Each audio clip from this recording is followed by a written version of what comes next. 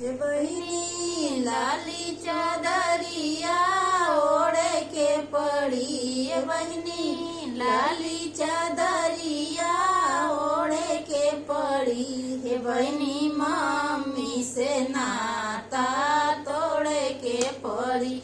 हे बहिनी मम्मी से नाता तोड़े के पड़ी।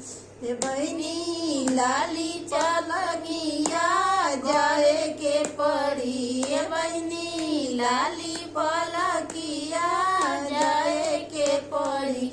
हे बहिनी पापा से नाता तोड़े के पड़ी।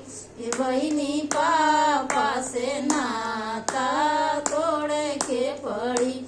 हे बहिनी लाली चादरिया ओढ़ के पड़ी। हे बहिनी लाली चादरिया ओढ़ के पड़ी। हे बहिनी चाची से नाता तोड़े के पड़ी।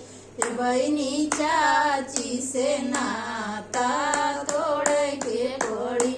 हे बहिनी लाली पलकिया जाए के पड़ी। हे बहिनी लाली पलकिया जाए के पड़ी। हे बहिनी चाचा से नाता तोड़े के पड़ी। हे बहिनी चाचा से नाता तोड़े के पड़ी। हे बहिनी लाली चादरिया ओढ़े के पड़ी। हे बहिनी लाली चादरिया ओढ़े के पड़ी। हे बहिनी भाभी से नाता तोड़े के पड़ी। हे बहिनी भाभी से नाता तोड़े के पड़ी। हे बहिनी लाली पलकिया जाए के पड़ी। हे बहिनी लाली पलकिया जाए के पड़ी। हे बहिनी भैया से नाता तोड़े के पड़ी। हे बहिनी भैया से नाता तोड़े के पड़ी।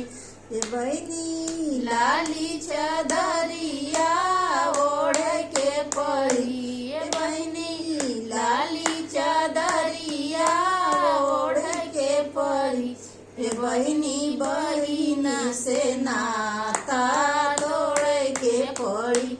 हे बहिनी बहिना से नाता तोड़े के पड़ी।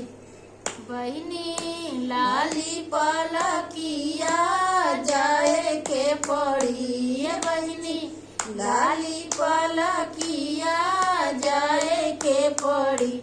हे बहिनी जीजा से नाता तोड़े के पड़ी। हे बहिनी जीजा से नाता तोड़े के पड़ी। हे बहिनी लाली चादरिया ओढ़ के पड़ी। हे बहिनी लाली चादरिया ओढ़ के पड़ी। हे बहिनी बुआ से नाता तोड़े के पड़ी।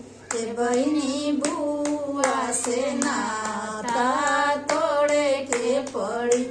हे बहिनी लाली पलकिया जाए के पड़ी। हे बहिनी लाली पलकिया जाए के पड़ी।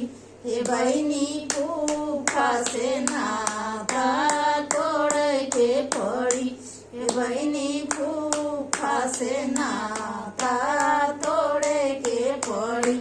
हे बहिनी फूफा से नाता